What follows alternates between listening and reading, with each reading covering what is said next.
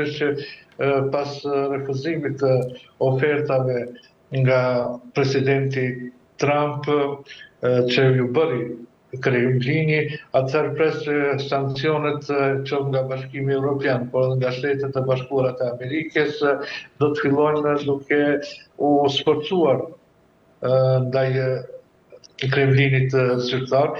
Megjithatë, Rusia ka filluar që përgjigjet ndaj këtyre sankcioneve edhe me provokime të ndryshme, duke shkelur edhe zonat e tjera të shteteve anëtare të NATO-s, dhe me këtë ka qëllimin që të testojnë një farë lloj uniteti brenda vetë NATO-s dhe brenda vetë perëndimit.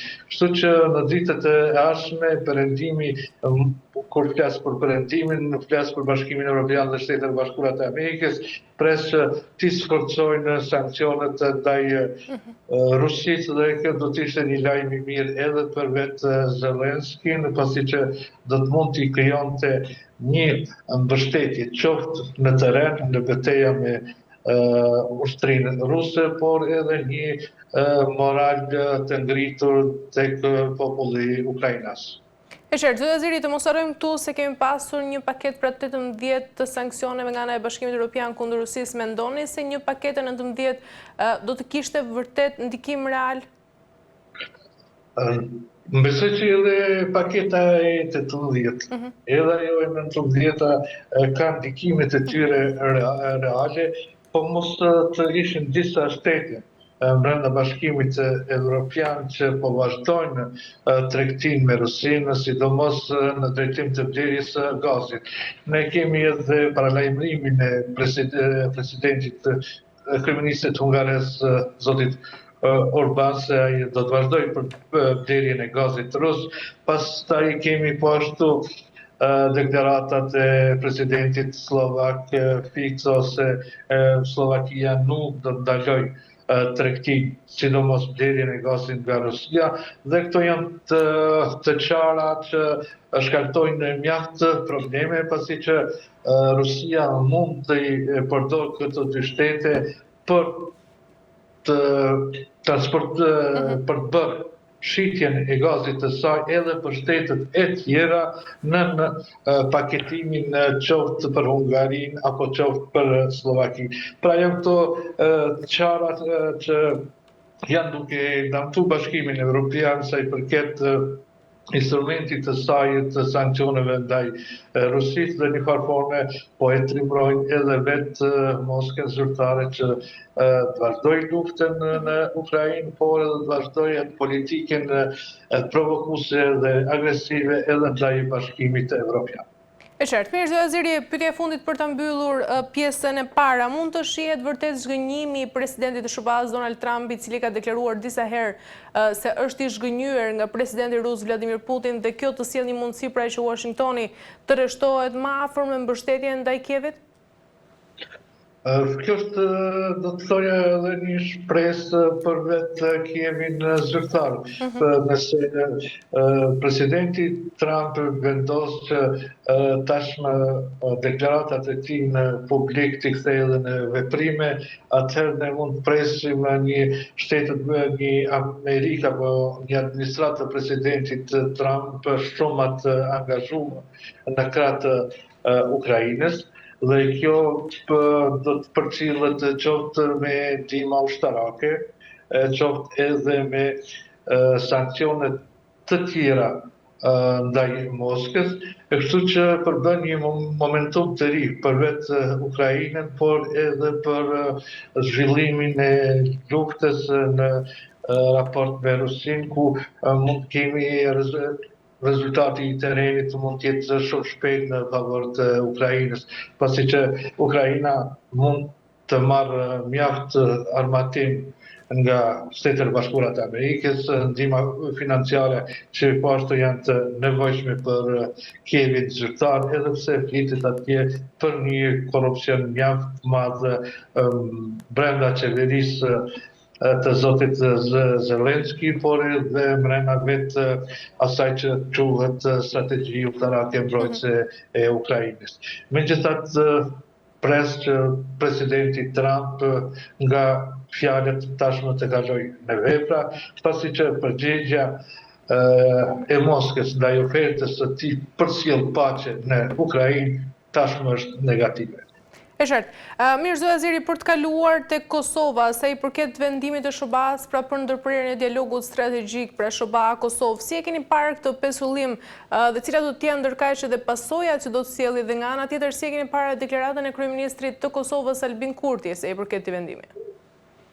Vendimi i Shtetit të Bashkuara të Amerikës për ta pesulluar dialogun strategjik me Kosovën vjen në një situatë jo fort lehtë për Kosovën, duke pas parasysh edhe krizën politike dhe institucionale që tashmë po vazhdon që nga përfundimi i zgjedhjeve parlamentare të nënshkurtit.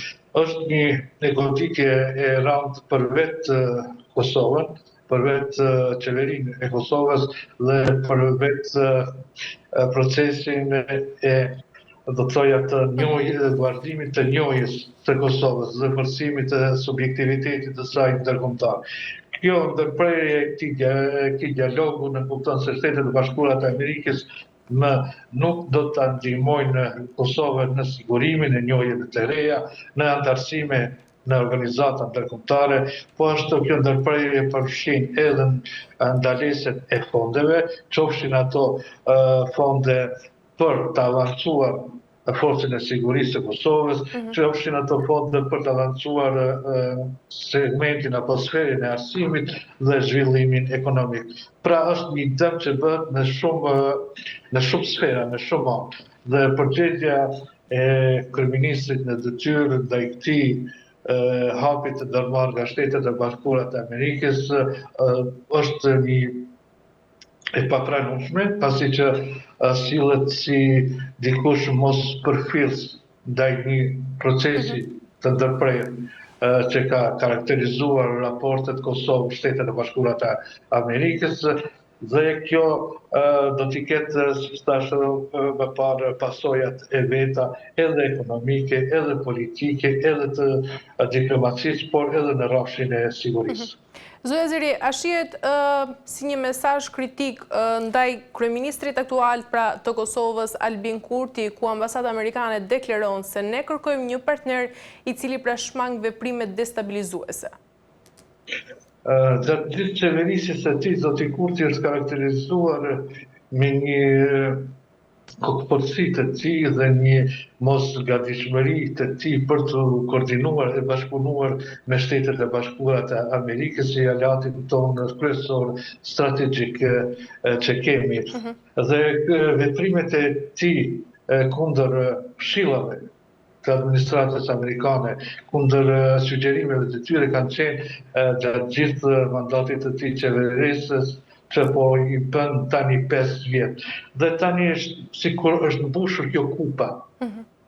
Dhe ky reagim i Shteteve të Bashkuara të Amerikës nuk ka ardhur aty për aty. Mirë po, është mbushur kupa gjatë gjithë qeverisës së zotit Kurti, me forcinë e tij, me mospranimin e tij për të dakorduar dhe bashkëpunuar me Shtetet e Bashkuara të Amerikës, sidomos me veprimet e ndërmarra në veriun e vendit.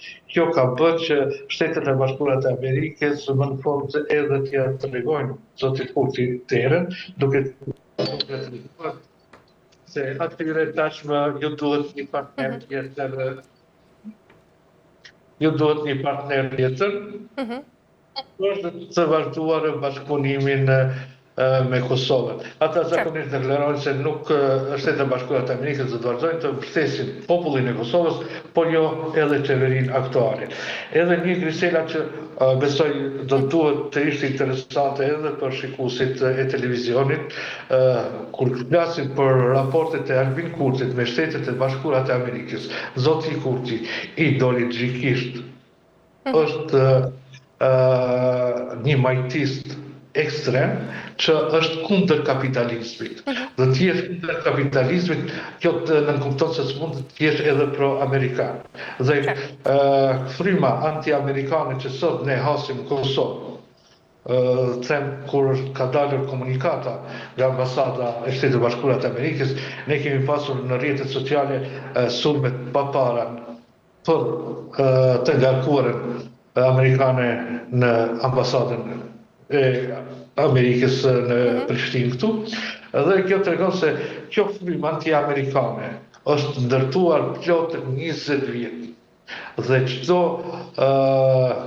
vrejtje, çdo që ka ardhur nga Shtetet e Bashkuara të Amerikës, besimtarët, nëse mund ta quaj kështu, të Albin Kurtit janë munduar ta paraqesin si një triumf të Albin Kurtit, gjoja se ky nuk i përkulet as Shteteve të Bashkuara të Amerikës.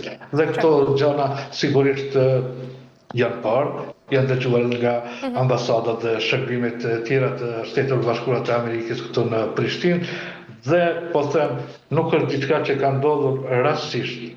Ky vendim i Shteteve të Bashkuara të Amerikës ka ndodhur si rezultat që zoti Kurti e ka mbushur kupen që thuhet për mos koordinim e mos bashkëpunim me Shtetet e Bashkuara të Amerikës dhe mos dëgjimin e sugjerimeve të tyre, sidomos që kanë pasur të bëjnë me disa veprime në veri të Kosovës. E qartë, mirë. Zoti Aziri, kemi arritur në fund, ju falenderoj shumë për gjitha informacionet. Faleminderit juve. Faleminderit shumë, kënaqësi. Mirë, të nderuar teleshikues, kemi arritur në fund të këtij emisioni, bashkë do të shihemi sërish nesër, deri atëherë mirupafshim.